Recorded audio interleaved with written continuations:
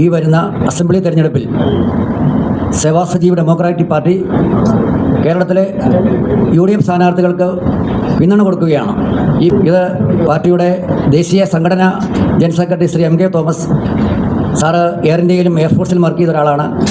ഇത് പാർട്ടിയുടെ ദേശീയ general secretary Shri Jose Kurisinkal അപ്പുറം ഇരിക്കുന്നത് പാർട്ടിയുടെ ദേശീയ treasurer Sebastian Cherian Kunnathuparambil sir UN work ചെയ്ത ഒരാളാണ്.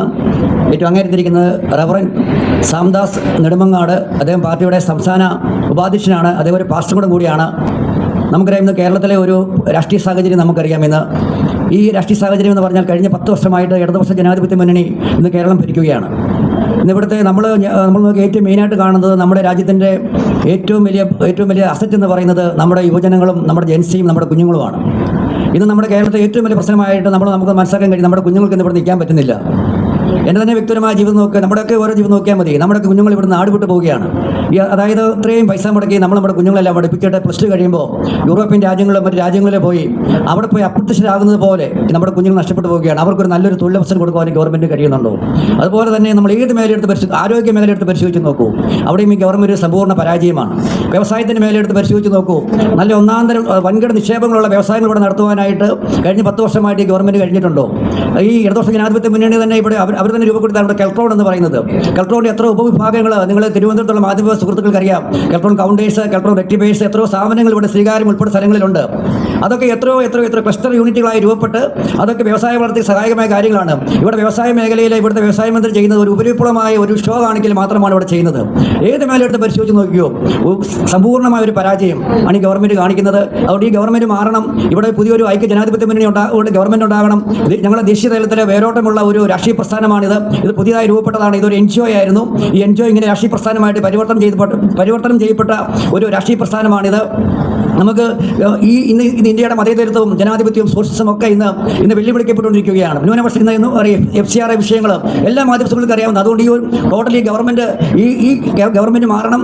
ഐക്യ ജനാധിപത്യ മുന്നണിയുടെ ഗവൺമെൻറ് ഇവിടെ ഉണ്ടാകണം. അതിന് ഞങ്ങളുടെ പാർട്ടിയുടെ എല്ലാ വോട്ടുകളും ഐക്യ ജനാധിപത്യ മുന്നണിക്കായിരിക്കും. അത് ഭാരതത്തിൻ്റെ മതേതരത്വം, ഭാരതത്തിൻ്റെ ന്യൂനപക്ഷ സംരക്ഷണം, ഭാരതത്തിലെ സാമൂഹ്യ നീതി കഴിഞ്ഞ കുറേ കാലങ്ങളായി ഇത്തരം രംഗങ്ങളിലൊക്കെ സമത്വമില്ലാത്ത ഒരു കാലഘട്ടത്തിലൂടെയാണ് ഞാനും നിങ്ങളും ഒക്കെ പോയിക്കൊണ്ടിരിക്കുന്നത്. ഒരുപാട് വിഷയങ്ങൾ സമകാലിക കേരളത്തിലും ഭാരതത്തിലും ഒട്ടേറെ ദൈനംദിന വിഷയങ്ങളിലൂടെ സമൂഹം കടന്നു പോകുമ്പോൾ ഒപ്പം തന്നെ വിലക്കയറ്റം, സ്വർണ്ണക്കൊള്ള, അക്രമങ്ങൾ തുടങ്ങി ഒരുപാട് വിഷയങ്ങൾ മറ്റൊരു വശത്ത്, അങ്ങനെ ഒട്ടേറെ വിഷയങ്ങളിലൂടെയാണ് നമ്മൾ കടന്നു പോകുന്നത്. ഈ കഴിഞ്ഞ 2 ദിവസങ്ങളിലായി നമ്മളൊക്കെ ആശങ്കയിലാക്കിയ പല വിഷയങ്ങളുണ്ടായി. മാധ്യമം കണ്ടാൽ നമ്മളിപ്പോൾ ഇവിടെ സൂചിപ്പിച്ചിട്ടുണ്ടായി. FCRA വിഷയം ഇവിടെ സൂചിപ്പിക്കുകയുണ്ടായി. ആ FCRA വിഷയത്തിൽ വളരെ കൃത്യമായൊരു നിലപാട് സേവാസജീവ് ഡെമോക്രാറ്റിക് പാർട്ടിയോട് സൂചിപ്പിക്കുകയുണ്ടായി. അതുപോലെ തന്നെ ഈ ക്രൈസ്തവ സമൂഹത്തെ സംബന്ധിച്ചിടത്തോളം ഏറ്റവും വിശുദ്ധമായ ദുഃഖവെള്ളിയാഴ്ച, പെസഹ വ്യാഴം, ഈ ദിവസങ്ങളിലൊക്കെ ഇലക്ഷൻ പരിശീലനം നടത്തുകയാണ്.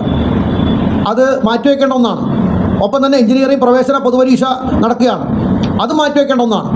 അങ്ങനെ പലതരത്തിലുള്ള വിഷയങ്ങളുണ്ട്. തീർച്ചയായും ഇത്തരം വിഷയങ്ങളിലൊക്കെ സേവാസജീവ് ഡെമോക്രാറ്റിക് പാർട്ടി വളരെ കൃത്യമായി ഞങ്ങളുടെ നിലപാടിൽ അറിയിച്ചിട്ടുണ്ട്.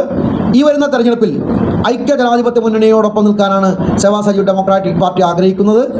നമ്മൾ അതുമായി ബന്ധപ്പെട്ട് അതിൻ്റെ UDFൻ്റെ നേതാക്കന്മാർക്ക് കത്ത് നൽകുകയുണ്ടായി.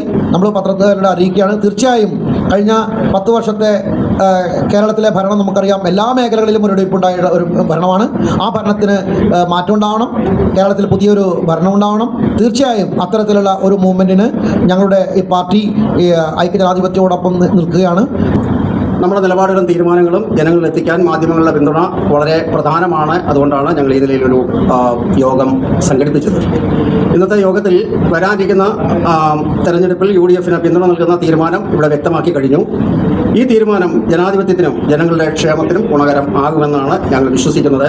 മാധ്യമങ്ങളുടെ സഹകരണത്തിനും ഉത്തരവാദിത്തമുള്ള റിപ്പോർട്ടിങ്ങിനും പ്രത്യേക നന്ദി രേഖപ്പെടുത്തുന്നു. ജനാധിപത്യം ശക്തിപ്പെടുത്തുന്നതിൽ നിങ്ങളുടെ പങ്ക് വളരെ വിലമതിക്കാനാവാത്തതാണ്. ഒരിക്കൽ കൂടി എല്ലാവർക്കും ഹൃദയം നിറഞ്ഞ നന്ദി അറിയിക്കുന്നു.